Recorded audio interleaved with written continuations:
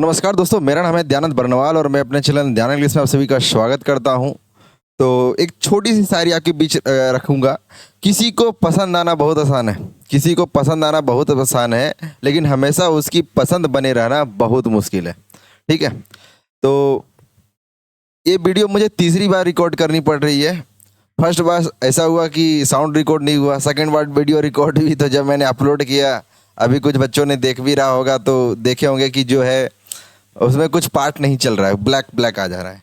तो बड़ी दुख के साथ मुझे थर्ड वीडियो रिकॉर्ड करनी पड़ रही है और उसमें मुझे पूरा दिन भर देना पड़ रहा है। ठीक है, तो इसमें भी एक छोटी सी शायरी बन जाती है। ओ नज़र से नज़र मिली तो इकरार हुआ, पहली मुलाकात में क्या क्या हुआ। चलिए छोड़िए, पढ़ते हैं। देखिए पहला सवाल आपके सामने, लिली लिवर्ड। लिली जो होता है ना, वो फ्लावर वाइट कलर का होता है। वाइट कलर मतलब हुआ क्या कि नो ब्लड।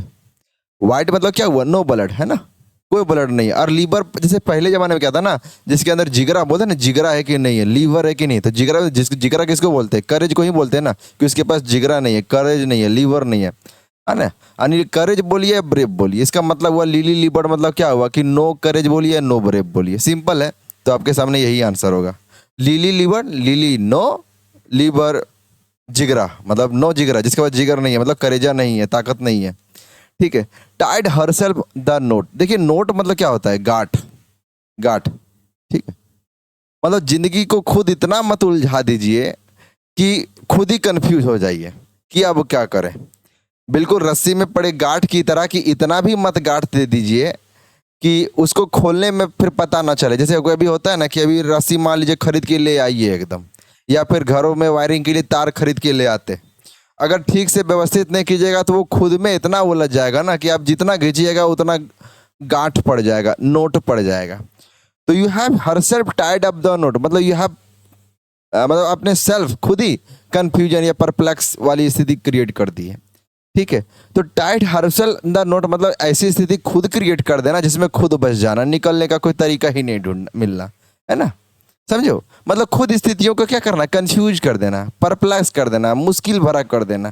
ठीक है, तो देखिए इसका सेकंड नंबर हो जाएगा, become very confuse when you are trying to explain something.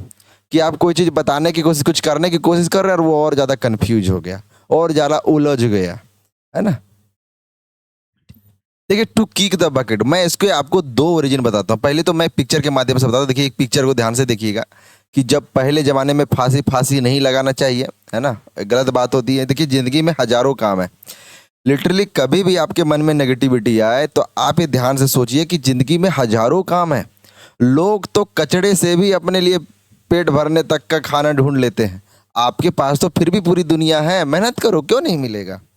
कई तरीके हैं कमाने के, छोटी शुरुआत करने के बहुत तरीके हैं। चलिए छोड़िए, देखिए ये पिक्चर है आपके सामने। पहले लोग आत्महत्या करने से एक बकेट रख लेते थे, है ना। तो यही है, किक द बकेट, बकेट को किक किया तो क्या, एक डेड हो जाते थे लिटरली। एक इसका पहला ओरिजिन है जो पिक्चर बेसिस समझाया है। एक इसका जो ओरिजिनल बेसिस है, उसमें क्या था ना कि पहले जो आर्मीज होती थी वो जहाज़ों से ट्रेवल करती थी और बहुत दूर दूर जाती थी। मान लीजिए किसी का बीच समुद्र में किसी सैनिक का या किसी व्यक्ति का देहांत हो जाता है, तो वो क्या करेंगे, 2-3 दिन तक उस बॉडी को, डेड बॉडी को लेकर घूमेंगे जहाज में, वो गंदगी फैल जाएगी। तो क्या करते थे, एक बकेट लेते थे और उस बॉडी को उसमें सुला देते थे और किक कर देते थे समुद्र में, यानी समुद्र में ही उसको फेंक देते थे। यानी kick the bucket, that is मतलब वो डाई कर चुका है, तभी आप उसको क्या कर रहे हो, फेंक रहे हो। ठीक है, चलिए नेक्स्ट आगे बढ़ते हैं। देखिए लिखा हुआ है, miss the boat miss the opportunity. मैंने आपको ईडीएम के बारे में बताया था कि पहले ज़माने में लोग जो काम करने जाते थे ना, तो मान लीजिए रास्ते में नदी पड़ता था, तो एक बोट जाती थी और उसको आने में दिन भर का समय लगता था, दिन भर का समय लगता था। तो अगर ये बोट उसका छूट जाता था, यानी ये बोट अगर उसका मिस हो जाता था ना, तो वो पूरा दिन वो इनकम नहीं कर पाते थे, यानी एक उनकी अपॉर्चुनिटी लॉस हो जाती थी। मान लीजिए उसको कहीं नौकरी लेने जाना है, कहीं रिश्तेदारी में जाना है, कहीं शादी में जाना है, कहीं कुछ लेकर जाना है, लेकर आना है, तो एक क्या अपॉर्चुनिटी मिस हो जाता था। तो miss the boat, that is miss the opportunity. ठीक है, अब मैं समझाता हूँ आपको। यहाँ देखिए 4 इडियम्स दिया हुआ है और ये चारों इडियम्स का मैं मतलब के साथ आपको डेफिनेशन समझाऊंगा। लिखा हुआ है इन ए पिंक। देखिए कभी भी आप देखे होंगे कि अक्सर लड़कियों में ऐसा होता है कि चेहरे पे ज़्यादा मेकअप कर लेना तो जो चीक होता है वो पिंक कलर का हो जाता है ना। अब देखने मत लगिएगा, बोल दिए तो मतलब लिटरली क्या होता है, लड़कियां लड़कों का भी बोलिए कि आप ज़्यादा मेकअप कर लीजिएगा ना तो थोड़ा पिंकी पिंकी चेहरा दिखने लगता है। तो चेहरे में कोई रुझान नहीं दिखता, चेहरे खिलखिलाहट दिखता है ना।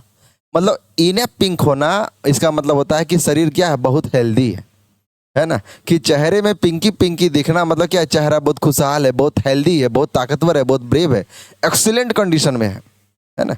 जैसे इस लड़की का चेहरा देखिए कि बहुत पिंकी पिंकी दिख रहा है ना। ठीक है, इस चेहरे का, इस लड़के का चेहरा देखिए बहुत पिंकी पिंकी दिख रहा है, मतलब क्या है, बहुत हेल्दी है, बहुत हेल्दी है, एकदम एक्सीलेंट कंडीशन में है।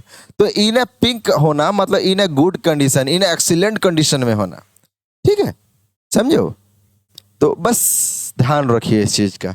बाकी क्या होता था पहले ज़माने में, पिंक को भी जो ना हाईएस्ट फॉर्म ऑफ समथिंग से, मतलब कोई चीज़ अपनी बेस्ट क्वालिटी में होगी ना उसको पिंक बोला जाता था। तो लिटरली यहीं से मीनिंग आया है कि आपका चेहरा जब हंसता हुआ होगा, खिलखिलाता होगा, एकदम जवान होगा, मतलब बहुत सुंदर होगा, तब आप उसको बोलिएगा क्या, वो पिंक कलर में दिखता है, इसलिए बोलते हैं इन अ पिंक। देखिए ये हार्ड नट टू क्रैक है। ओबियसली आपने कभी अखरोट खाया होगा ना, तो उसको क्रैक करना एक बहुत डिफिकल्ट टास्क होता है।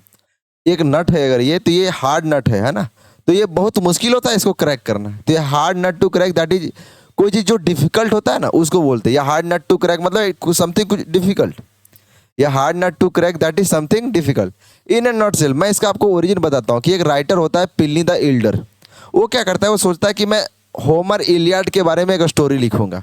और वो जब लिखना शुरू करता है ना, तो वो इतना छोटा लिखता है कि वो मानो एक नट सेल में आ जाएगा। नट सेल मतलब जैसे अखरोट है ना, अखरोट का खोपड़ी, उसके अंदर ही वो आ जाएगा। जैसे मैं आपको एक चावल समझाता हूँ कि मैं आपको बोलूँ गांधी जी पे आप लिखिए, आप लिखना शुरू किया, हो सके 3-4 किताब लिखने के बाद भी उसके बारे में कंप्लीट ना लिख पाए गांधी जी के बारे में।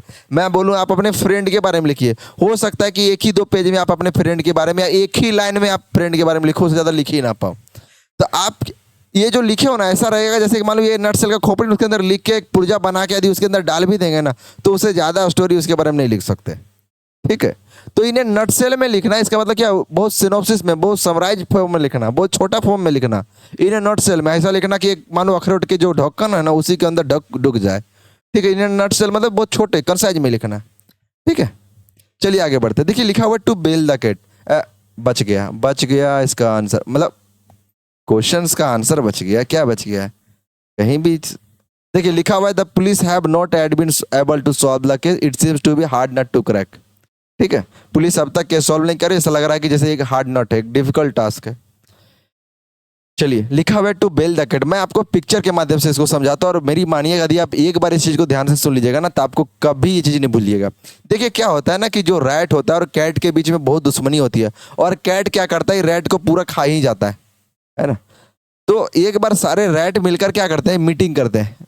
मीटिंग ये करते हैं कि चूंकि देखिए कैट जो है, जो बिल्ली है, वो हम लोग को बार बार खा जा रही है, तो इसको बचने का, अपने आप को बचाने का क्या तरीका कर सकते हैं। अब लड़ तो सकते नहीं, हो सके बिल्ली सबको खाना शुरू कर देगा करके और खिसिया जाए।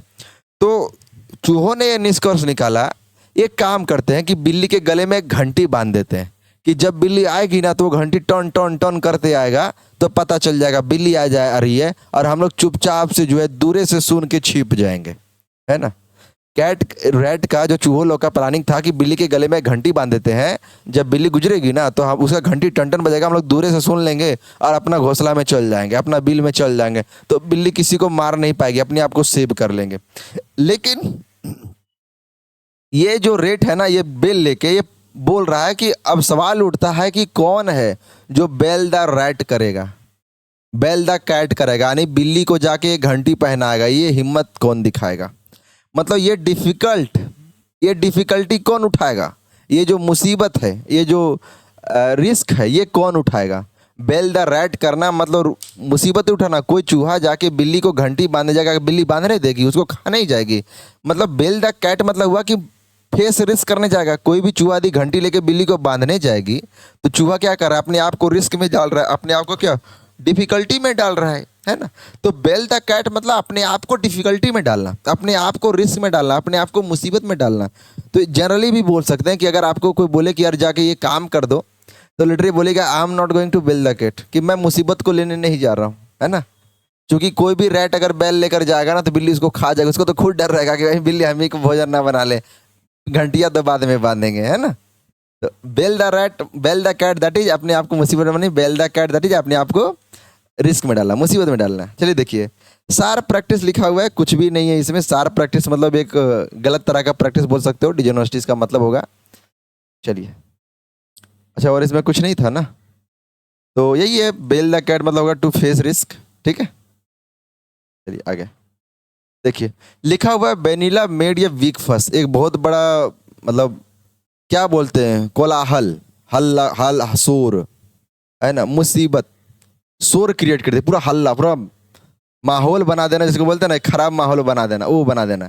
तो क्या होगा, देखिए storm in a tea cup होता है। स्टॉर्म जानते हो ना, अक्सर समुद्र में आता है, घरों तरफ बहुत बड़े मतलब पानी गिर रहा है, हवाएं तेज चल रही है, बिल्कुल कर रही है एकदम, जैसे क्या स्टॉर्म आ गया है ना, एकदम स्टॉर्म आ गया है। अरे ऐसा वाला फीलिंग आपको क्या चाय कप में देखने को मिल जाएगा, कि चाय कप में इस रहा है, कभी कभी चीनी डालने के बाद देखा होगा अंग्रेज क्या करते हैं, उसको घुमाते हैं, ऐसा मानो कि जैसे यहाँ एक स्टॉर्म ला दिए हो। ठीक है, तो ये storm in A tie cup मतलब क्या हुआ कि ये स्टॉर्म नहीं है, इसका एक छोटा पहलू है। ठीक है, तो ये storm in A tie cup, इसका मतलब हुआ कि छोटी सी चीज को बड़ा बना के दिखाना। मतलब चाहवा में जो छोटा सा स्टॉर्म दिख रहा है ना, स्टॉर्म जैसा आ रहा है, उसको बोल रहा है कि अरे ये तो स्टॉर्म है, ये तो भूकंप है ना।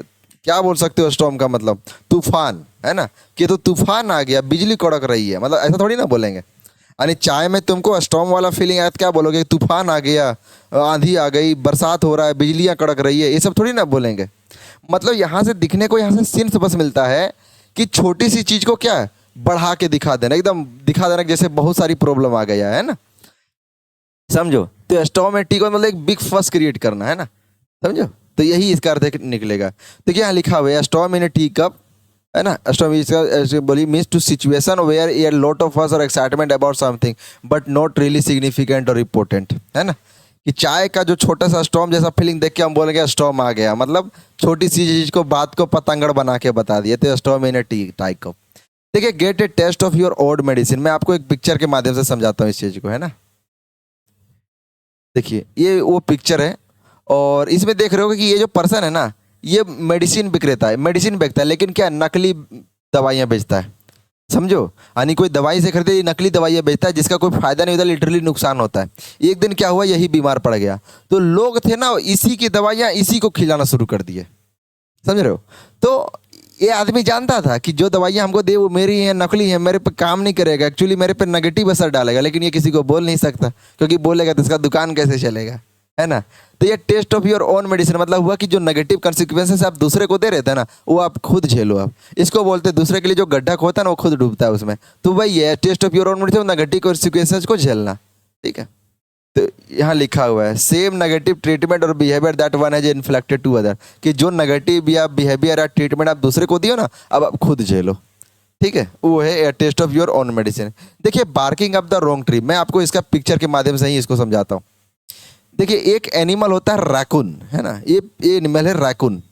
रैकून की एक अच्छी खासियत है कि ये पहले ज़माने में लोग शिकार करने जाते थे ना, तो अपने साथ कुत्ते ले जाते थे, और जब वो शिकार करते थे जंगलों में रैकून बहुत पाया जाता था, जंगलों में रैकून बहुत पाया जाता था, है ना, उस समय।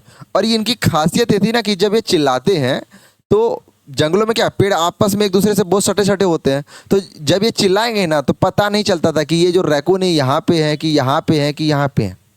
जब पेड़ आपस में बहुत समीप हो और ये रैकून चिल्ला रहे हो ना, तो कुत्ते भी ढूंढना, कुत्तों के लिए भी कंफ्यूजन हो जाता था कि ये जो रैकून है वो आखिर किस पेड़ में है, समझो। तो जब डॉग, पहले लोग शिकारी लोग कुत्ते साथ में ले जाते थे, क्यों ले जाते थे, क्योंकि डॉग में सूंघने की क्षमता बहुत ज़्यादा होती थी। ये दूर से ही जो शिकार होता था उसको पकड़ लेते, और ये शिकार यहाँ पे है, ये शिकार पेड़ पे है, तो ये चिल्लाना लगता था। लेकिन जब चिल्लाता था तो एक रॉन्ग ट्री को चिल्लाता था, है ना, जिसपे वो एनिमल ना होकर दूसरी ट्री पे होता था, यानी barking up the wrong tree करता था। मतलब जो कुत्ता था वो गलत डायरेक्शन में काम करता था, जो कुत्ता होता था वो गलत डायरेक्शन में काम करता था। तो यहीं से इसका मीनिंग आया कि barking up the wrong tree, मतलब आप गलत डायरेक्शन में काम कर रहे हो, you are barking on the wrong tree, आप गलत डायरेक्शन में काम कर रहे हो, यू आर मिस्टेकन और मिसगाइडेड, है ना, in during the course of the action. जैसे आपको दिल्ली जाना था और मुंबई का बस पे बैठ गए, मुंबई का ट्रेन पे बैठ गए, मतलब you are barking up the wrong tree, है ना, कि आप गलत ट्रेन पे बैठ गए, आप गलत दिशा में काम करो, उसी को बोलते हैं barking up the wrong tree. तो देखिए इसका आंसर क्या हो सकता है, देखिए लिखा हुआ है वेनिला मेड ये बिग फस, तो बिग फस मतलब बड़ा हलाल कोलाहल मचा दी है एस्टॉर्म इन अ टी कप। ये चाय के कप में छोटा सा हिलाकर भूकंप जैसा सीन का आ गया, तूफान जैसा सीन का आ गया, समझ गई स्टॉर्म आ गया। एक आगे आप पढ़िएगा, यह परफेक्ट स्टॉर्म है ना, परफेक्ट स्टॉर्म है ना, ये भी सवाल बना हुआ है ना, पढ़ेंगे आगे। ठीक है, मतलब एक कंप्लीट जो और सिचुएशन हो सकता है ना, जो सबसे बदतर सिचुएशन हो सकता है, उसको बोलेंगे या परफेक्ट स्टॉर्म है ना। या परफेक्ट स्टॉर्म मतलब क्या होगा, मेरे साथ बोलिए, जो किसी चीज का बदतर सिचुएशन हो सकता है ना, उसको बोलेंगे परफेक्ट स्टॉर्म। जैसे आप चाय पीने जा रहे हो और पूरे की पूरी चाय आप पे गिर जाए, चाय से आप जल जाओ, इससे बदतर सिचुएशन क्या हो सकती है चाय के गिरने के केस में, है ना। वही है। देखिए कीप समवन एट आर्म्स है, एक तो कोई यूरोपियन में ना लवेरिया बहुत ज्यादा होता है। यूरोपियन कल्चर में शादी की उतनी ज़्यादा व्यवस्था होती नहीं है, लोग पहले ही अपना अपना सेटिंग कर लेते हैं। तो उस समय मान लीजिए किसी लड़की को कोई लड़का पसंद नहीं आने लगा है ना। देखिए इसमें एक अच्छी शायरी है कि आप किसी की पसंद होना बहुत आसान है, लेकिन हमेशा उसकी पसंद बने रहना बहुत मुश्किल है ना। तो एक चीज़ आपको यही देखने को मिल रहा है कि पहले ज़माने में जो लड़कियां, मान लो कोई लड़का पसंद नहीं आने लगा है, तो उसको दूर रखने के लिए हिंट से बोलते थे अब मेरे नज़दीक मत आना, है ना। तो कीप इट आर्म ले दिस, हाथ से बोल नहीं, अब नजदीक नहीं, अब इंटीमिडेट होने की कोशिश मत करना। तो keep it arms length, that is you are avoiding someone to be much much friendly, है ना। आप किसी को बोल रहे हो ज़्यादा फ्रेंडली मत बनो, ज़्यादा इंटीमेट मत बनो, ज़्यादा नज़दीक मत आओ, है ना। You are stopping someone from close being very close to you. Okay, तो keeping someone at arm's length, that is avoid being friendly, ये सही होगा आपका। ठीक है, नेक्स्ट। ठीक है, लिखा हुआ है रूल द रूस्ट। मैं आपको समझाता हूँ, रूस्ट मतलब क्या होता है, मेल चिकन, मेल चिकन। ठीक है, समझो। देखिए पहले जमाने में जो लोग मुर्गियां का पालन करते थे ना, वो मुर्गियों का पालन करते थे तो क्या करते थे, एक मेल चिकन को भी अंदर घुसा देते थे, है ना। वो मेल चिकन क्या, ये लोग से गुस्सा बहुत करता था, है ना।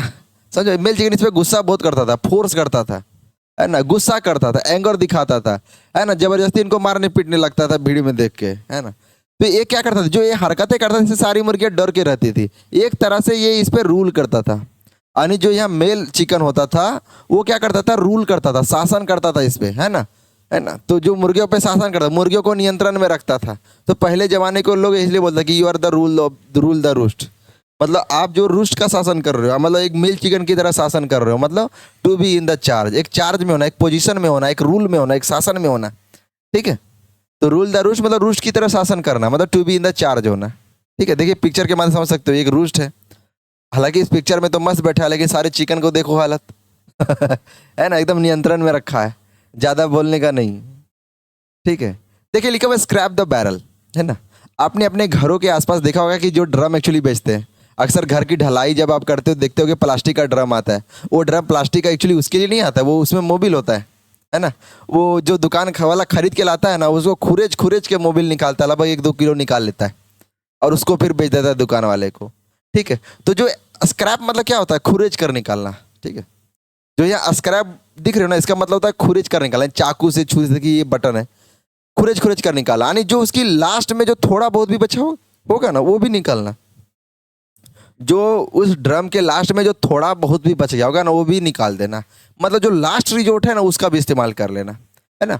जो लास्ट रिजोर्ट है उसका भी इस्तेमाल कर लेना। जैसे आपने कृष्णा में देखा होगा, कृष्ण भगवान की सीरीज में, कि जो सुदामा होता है वो हर बर्तन को ढूंढता है कि चाहे कृष्ण भगवान को चढ़ाने के लिए अन्न का मिल जाए, लेकिन जब बहुत सारा बर्तन ढूंढ लेता है, कहीं कुछ नहीं मिलता है, तो एक बर्तन में बस उसको एक अनाज मिलता है। एक लास्ट रिजोर्ट में जो वीकेस्ट रिसोर्स है एक दाने का, आपको उसको वही मिलता है और वही भगवान कृष्ण को चढ़ा दिया जाता है। तो वो क्या क्या कि भोग लगाने के लिए जो लास्ट रिजोर्ट था उसका सिंपल एक दाना था, उस पर डिपेंडेंट हो गया। अब समझाता हूँ इसका ओरिजिन। तो पहले ज़माने में क्या था कि जो ऐसे बैरल होते थे ना, इसका इस्तेमाल अनाज को ढोने के लिए करता था। गेहूं है, चावल है, आटा है, इस सब को एक जगह से दूसरी जगह ले जाने के लिए किया जाता था। तो कई बार जब इससे सारा अनाज निकाल लिया जाता था, थोड़ा बहुत इसमें रह जाता था, तो उसी को खुरेज खुरेज कर निकाला जाता था। स्क्रैप द बैरल मतलब to be force to use one's last resort. Okay, ठीक है, चलिए आगे आते हैं, आगे बढ़े। ठीक है, ज़्यादा आगे बढ़ गया क्या। लिखा हुआ या डाइम या डोजन। ठीक है, या डाइम या डोजन। ठीक है, तो या डाइम मतलब क्या होता है, 10 सेंट, और डोजन मतलब क्या होता है, 12। मैं यहाँ डोजन मतलब क्या होता है, 12। मैं यहाँ 12 अंडे लिख देता हूँ। जैसे मान लीजिए 10 सेंट को 10 रुपीज़ लिख देता हूँ कि 10 रुपये में 12 अंडे मिल जा रहे हैं। हालांकि ये तो संभव है नहीं कि 10 रुपये में आपको 12 अंडे मिल जाए, है ना। कि 10 रुपये में 12 अंडे नहीं मिल सकते। अगर मिल जाते हैं तो इसका मतलब क्या हो कि अंडों की कोई वैल्यू नहीं है। लेकिन अगर मैं बोलूँ कि आपको कि 10 रुपये में अगर 12 अंडे जगह मैं बोल दूँ 12 पेपर मिल जा रहे हैं, तब आप मान सकते हो। जो पेपर होता है ना, जो आता है एक्चुअली अभी आप हिंदू पेपर खरीदोगे ना, तो एक पेपर आपको 11 RS का पड़ता है, 10 रुपये से 11 रुपये के आसपास पड़ता है। लेकिन वही आप पेपर को रद्दी भाव में बेचे हो तो 10 रुपये में 1 किलो बिकता है ना, समझो। तो 10 रुपये में 1 किलो क्या बड़ी मात्रा में बिक जाता है। मतलब उस चीज़ की कोई वैल्यू नहीं है। या डाइम या डोजन का मतलब हुआ कि यदि कोई चीज़ कम दाम में ज़्यादा मिल जाए, इसका मतलब क्या उस चीज़ की कोई वैल्यू नहीं है ना। कोई वैल्यू नहीं है, वेरी कॉमन चीज़ हो गया, वो बहुत कॉमन हो गया, प्लेंटीफुल है, बहुत ज़्यादा इजीली ऑब्टेन्ड है, बहुत जल्दी मिल जाता है। जैसे आजकल समझते होंगे बुढ़िया का बाल जो बोलते हैं हम लोग, है ना, शुगर कैन, शुगर वाला जो होता है, 5 रुपये देते नहीं इतना सारा भर के मिल जाता है। मतलब क्या कोई वैल्यू नहीं है, लोग उसको पसंद नहीं करेंगे, उसके पीछे ज़्यादा नहीं जाएंगे ना। ठीक है, तो या डाइम या डोजन मतलब यह होता है कि छोटी सी चीज़ है, कोई वैल्यू नहीं है उसका, है ना। या डाइम या डोजन मतलब कोई वैल्यू नहीं होना। तो देखिए यहाँ फर्स्ट नंबर आपका सही, हर आइडिया जो वर और थे डाइम या डोजन, कि उसका जो आइडिया था ना ये डाइम या डोजन था, जिसको उसका बॉस इम्प्रेस नहीं हुआ, मतलब कोई वैल्यू नहीं था, तभी तो बॉस इम्प्रेस नहीं हुआ, है ना। यही आपका सही होगा। ठीक है, देखिए इसका 4 नंबर को लेके एक कन्फ्यूजन हो सकता है कि सर अगर कोई चीज़ का कोई वैल्यू नहीं है, वैल्यूएबल नहीं है, तो वो टिकट, यदि मान लीजिए टिकट है वो सस्ता, डाइम या डोजन होगा, मतलब सस्ता होगा, कोई ज़्यादा वैल्यू नहीं होगा, तो जल्दी तो बिक ही जाएगा। अरे भाई कोई वैल्यू नहीं, इसका मतलब क्या हुआ, मतलब टिकट सस्ता होने से ज़्यादा जल्दी बिक जाएगा, कोई थ्योरी नहीं है ना। कोई कोई मतलब टिकट सस्ता होगा तो जल्दी बिक जाएगा, ऐसा कुछ नहीं है प्रैक्टिकली। अगर आप जैसे रेलवे टिकट है, सस्ता है ना, तो एक्चुअली वो जल्दी बिक जाता है ना, समझो। हालांकि ये नहीं होगा, ठीक है, और फिर भी टिकट का वैल्यू होता है ना। आइडियाज का उसका कोई वैल्यू नहीं होगा, तभी बॉस जो है उसे क्या इम्प्रेस नहीं हुआ। तो something not valuable is called dime या डोजन। ठीक है, ठीक है, देखिए लिखा हुआ है डाइम या dozen refers to something that is inexpensive, common और इजी टू ऑब्टेन। देखिए लिखा हुआ है डोंट बीट अराउंड द बस। मैंने आपको इस बारे में बताया था, बीटिंग अराउंड द बुश। मैंने बताया था कि पहले ज़माने में लोग शिकार करने जाते थे, लोग शिकार करने जाते, मान लीजिए कोई शिकारी है, ये शिकार करने गया है, अगर जंगल में बहुत सारी झाड़ियाँ वगैरह होगी, बस जिसको झाड़ी बोलते हैं, तो हो सकता है इस बस के पीछे कोई सांप हो, बाघ हो, लायन हो, टाइगर हो, कुछ भी छिपा हो सकता है। अगर ये जो शिकारी यहाँ से गुजरेगा, सांप बाघ बिच्छू जो भी होगा इसको क्या करेगा, काट लेगा, खा जाएगा। तो शिकारी भी डर रहा है कि सीधा झाड़ी के पास जा नहीं सकते। आज भी होता है कि कहीं झाड़ी उड़ी रात में दिख जाए तो लोग जाने से मना करता, हो सकता है वहाँ सियार बाघ लेना जो है छिपा हो, बैठा हो, देख लेगा, तुम उसको तंग करोगे, काट डालेगा।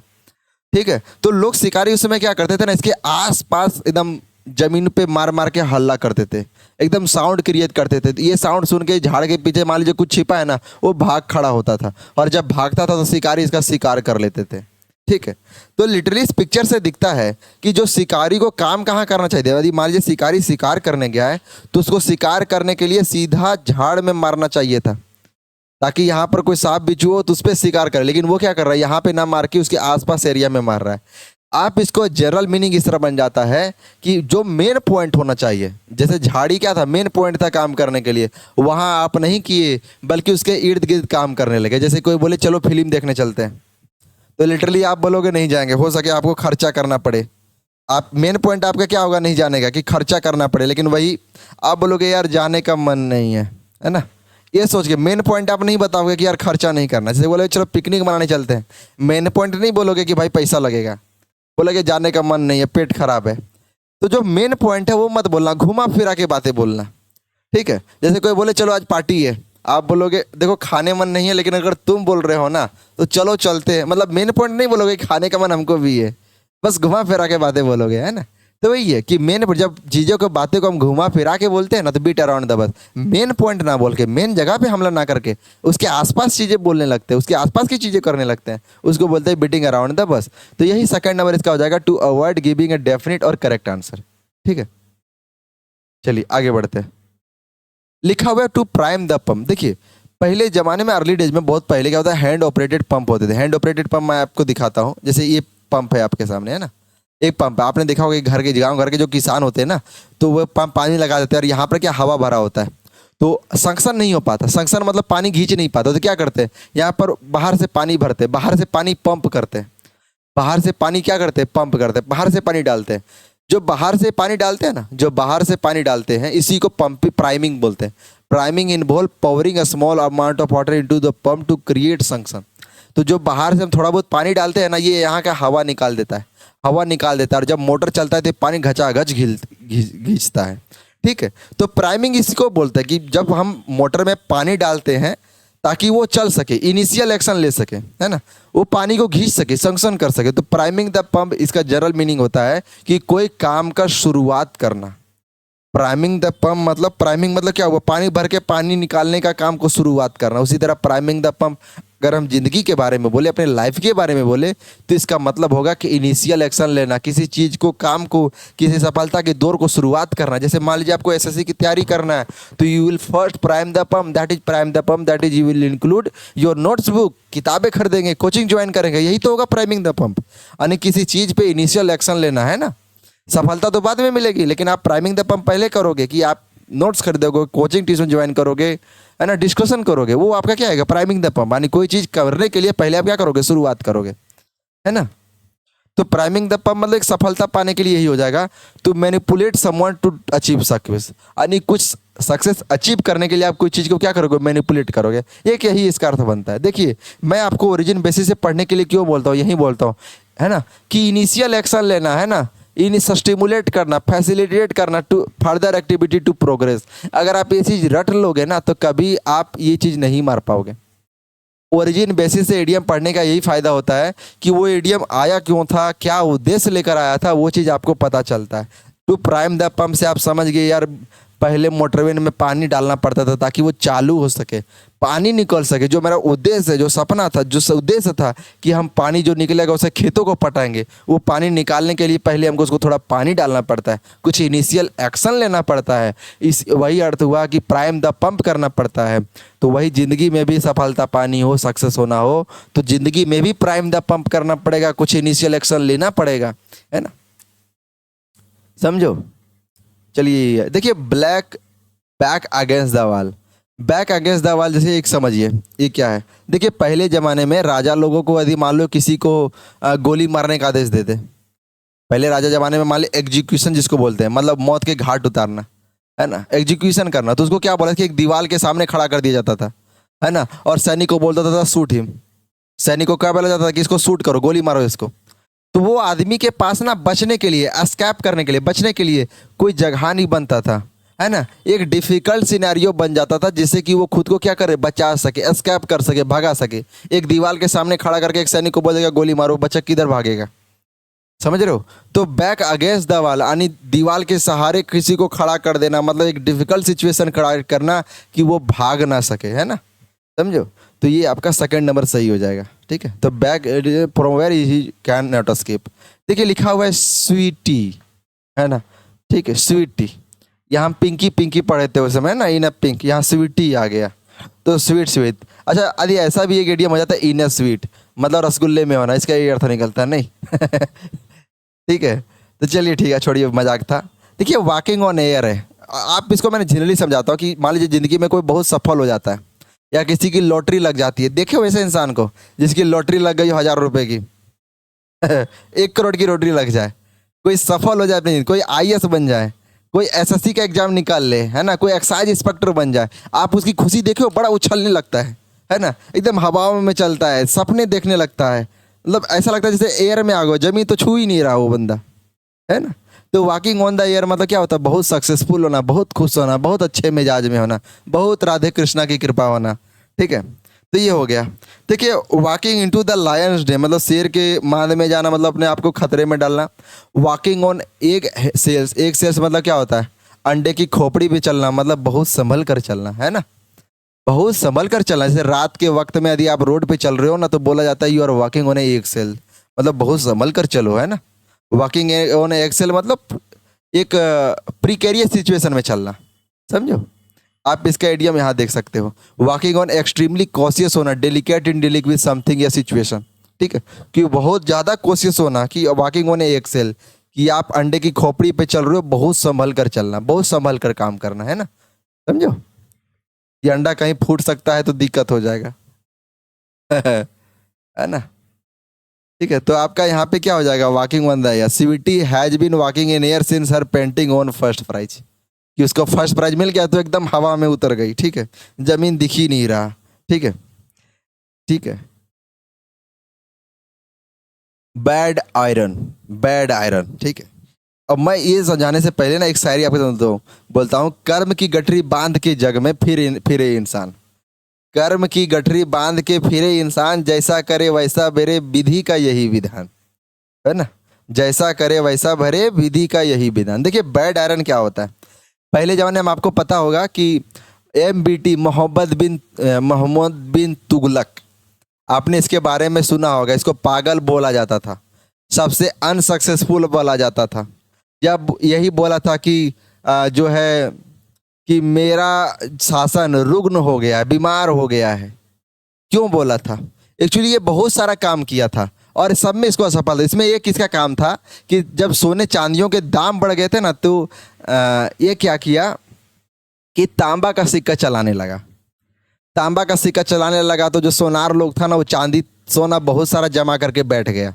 और जब तांबा का सिक्का, तांबा इससे क्या हुआ, तांबा का सिक्का बनना शुरू किया। और तांबा का सिक्का को क्या करता था सोनार लोग कि लोहा का सिक्का लेता था और उस पर तांबा का परत चढ़ा देता था। समझो, समझो, लोहा का सिक्का लेता, तांबा का परत चढ़ा देता था, ये और सस्ता पड़ जाता। ठीक है, तो लोग क्या ठगना शुरू कर दिए। एक यहाँ पे इस ऐसे आयरन को जो लोहा का है और तांबा का दिखाया जा रहा है, मतलब क्या है, एक तरह से बैड आयरन हो जाता था, यानी ऐसा आयरन जिसको गलत तरीके के लिए इस्तेमाल किया गया। ठीक है, तो ये bad iron, that is bad behaviour.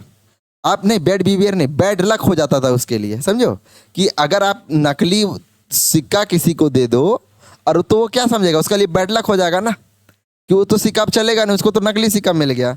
तो वो उसके लिए क्या बैड लक सिचुएशन बन जाता था कि यार नकली सिक्का मिल गया, नकली नोट मिल गया, एक बैड लक हो गया। समझो, तो वही है bad iron, that is bad luck.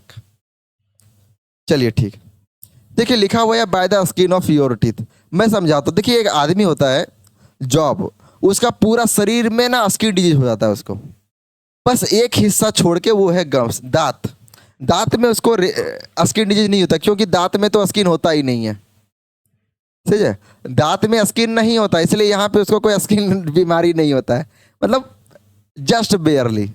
समझो कि उसको स्किन डिजीज पूरे शरीर में था, लेकिन बस दांत में नहीं था, क्योंकि वहां स्किन था ही नहीं। तो by the skin of your teeth मतलब बेयरली, ना के बराबर, है ना? समझो, by the skin of your teeth मतलब क्या होता है, ना के बराबर।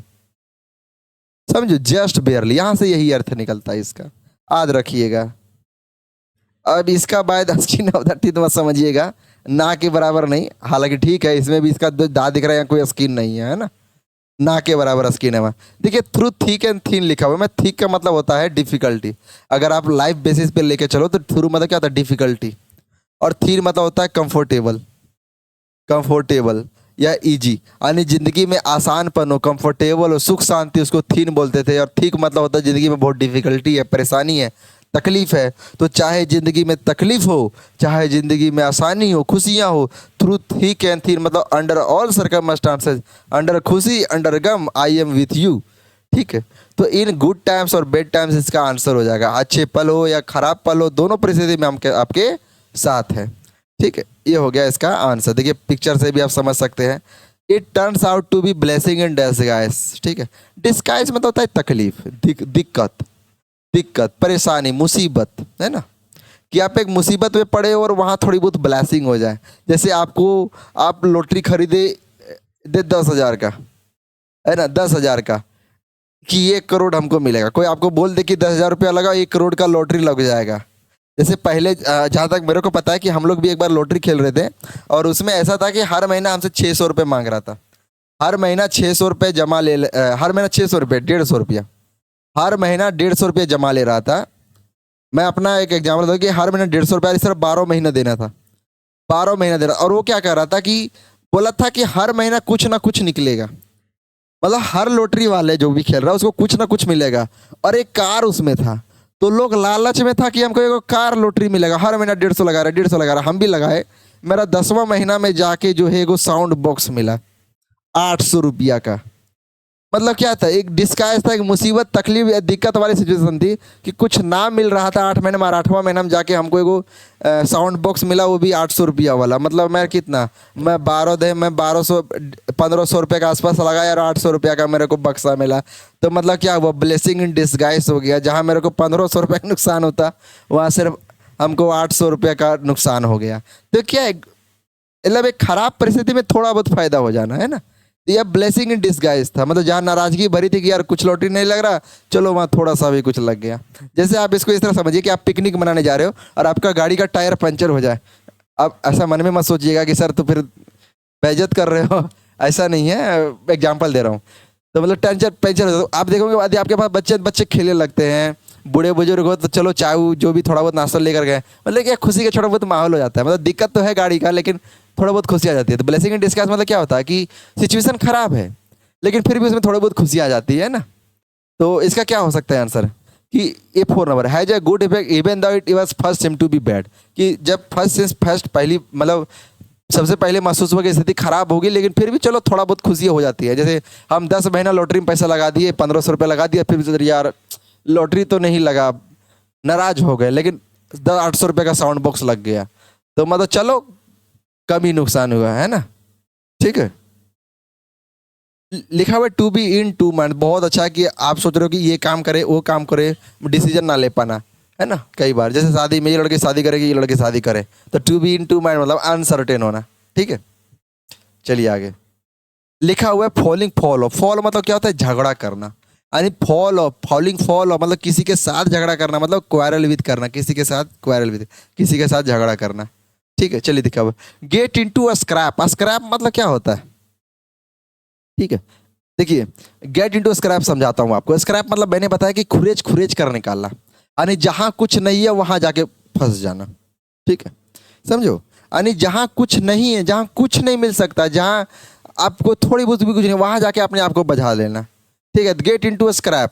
स्क्रैप मतलब रद्दी भी वो बोल सकते हो, कि जहां कुछ नहीं मिलने वाला आप वहां जाके अपने आप को फंसा दे रहे हो, है ना। तो गेट इनटू स्क्रैप मतलब अपने आप को मुसीबत में डाल रहे हो, है ना, समझो।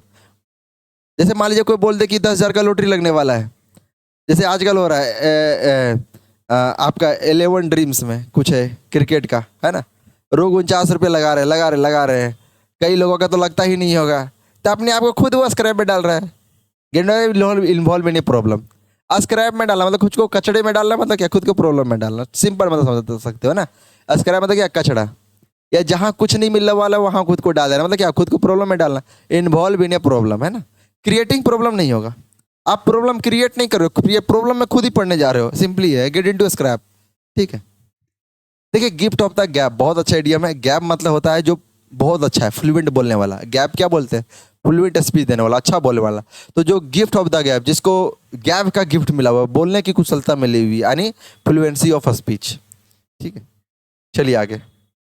देखिए लिखा है blow something out of all proportion. जैसे देखिए एक बलून है, इतना फूला हुआ है, आप हवा और भरिए इसमें, इतना फूला दीजिए, आप हवा और भरिए, इतना फूला दीजिए, आप हवा भर दीजिए, पूरा फट ही जाएगा। ठीक है, मतलब बलून को देखो वो हर प्रपोर्शन में फूलना शुरू हो जाता है।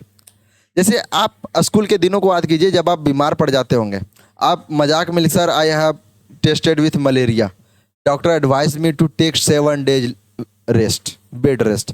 आपको छोटी सी बुखार है, बस आपको छुट्टी चाहिए, इसलिए आप झूठ बोल देते थे कि सर हमको मलेरिया हो गया, डॉक्टर साहब बोले 7 दिन छुट्टी बेड रेस्ट करने।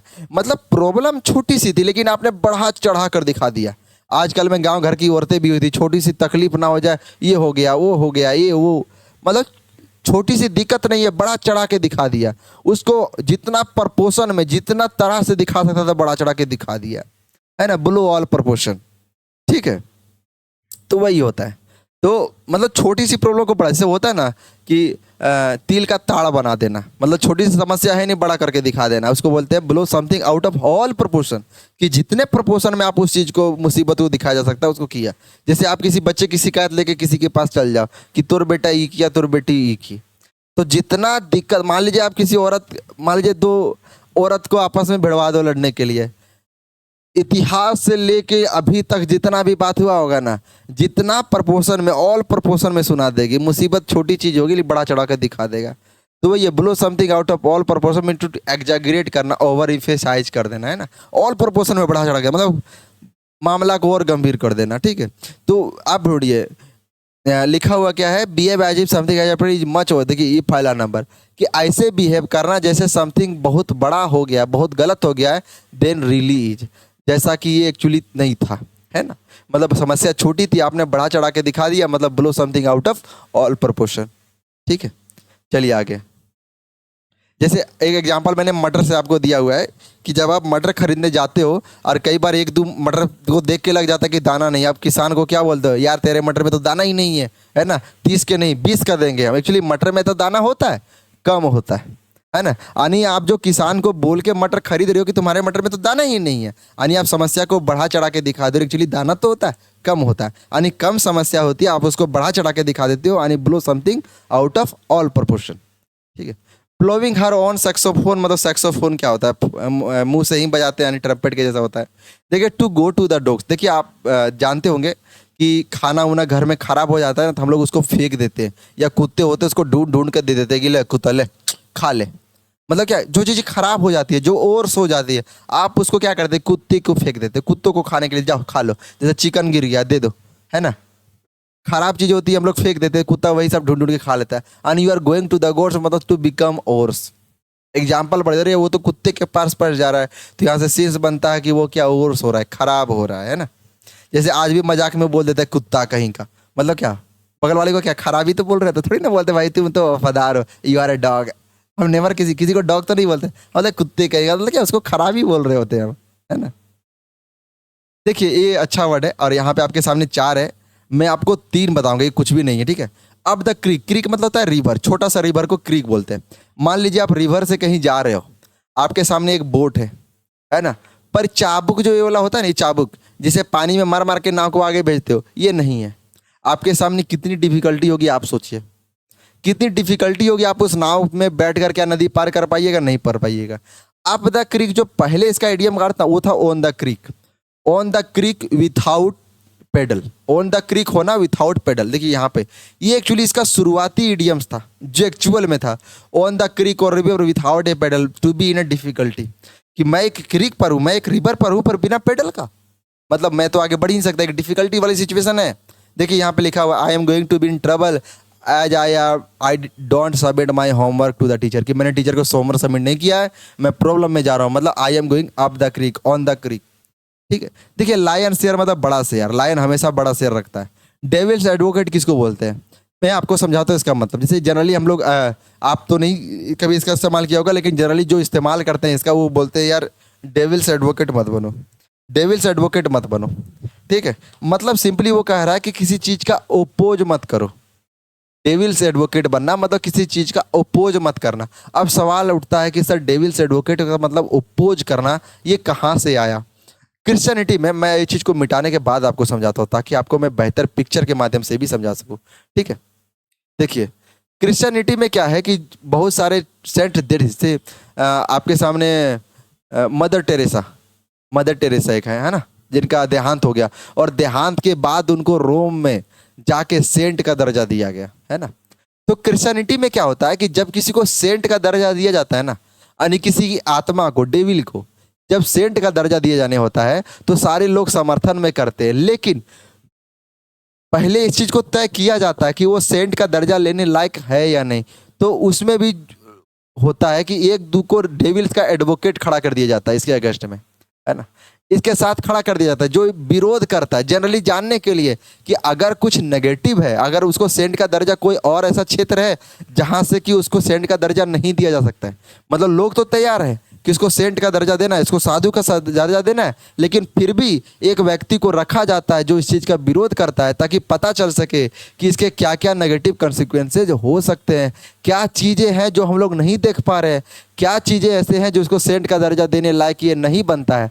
तो डेविल्स एडवोकेट यहाँ से अर्थ बनता है कि एक डेविल्स के लिए एक एडवोकेट रखा जाता है जो सेंट के दर्जा जो इसको मिलना होता है उसका विरोध करता है कि सर इसको इसलिए सेंट का दर्जा नहीं मिलना चाहिए। तो जनरल यूज में ये यही इस तरह आया कि जब भी कोई अच्छा काम किया जाता था, किसी को कोई पदवी दिया जाता था, कोई तारीफ किया जाता था, तो जनरली कोई जो लोग विरोध करते थे उसको बोला जाता था please don't be devil's advocate, कि आप इस चीज़ का विरोध ना करें, ठीक है। यानी उस समय थ्योरी ये सोच के बनाया गया था कि किसी को जो दर्जा दे रहे हो, कोई तारीफ कर रहे हो, जो सेंट का दर्जा दे रहे हो, हर लोग तैयार है, लेकिन फिर भी जानबूझकर डेविल्स का एडवोकेट ऐसा खड़ा किया जाता था जो इसका विरोध करता था, जो विरोध के 2-3 पॉइंट रखता था कि क्यों इसको जो है सेंट का दर्जा नहीं मिलना चाहिए।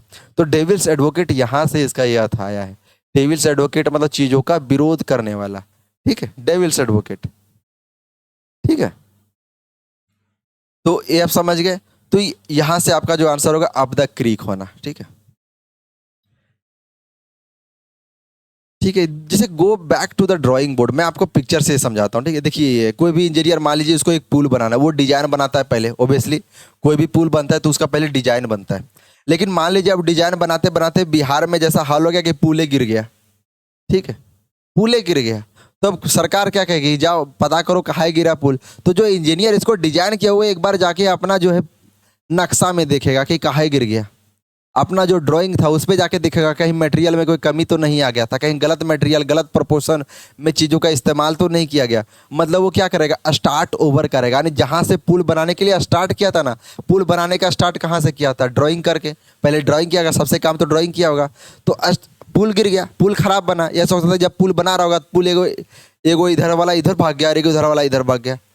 मतलब क्या हुआ, तो क्या करेगा, अपने ड्राइंग में स्टार्ट करेगा, फिर से स्टार्ट ओवर करेगा जाके कि कहाँ ड्राइंग में गलत हो गया। तो बैक टू द ड्राइंग मतलब स्टार्ट करना, फिर से स्टार्ट करना, तो स्टार्ट ओवर करना, यानी आपका ये सही होगा। ठीक है, चलिए नेक्स्ट देखिए, ऑन द बॉल होना। बहुत अच्छा सवाल है कि जब फुटबॉल होता है या बास्केटबॉल या सॉकर जैसा गेम होता है तो सब खिलाड़ी क्या एकदम बॉल पे नजर कड़ाकड़ तरीके से गड़ाए होते हैं कि कहीं बॉल इधर आ जाए, इधर आ जाए। बॉल इधर घुसा दायां तरफ, सब खिलाड़ी उसकी तरफ। बॉल बायां तरफ घुसा, सब खिलाड़ी बायां की तरफ। मतलब सब खिलाड़ी की नजर ऑन द बॉल होता है।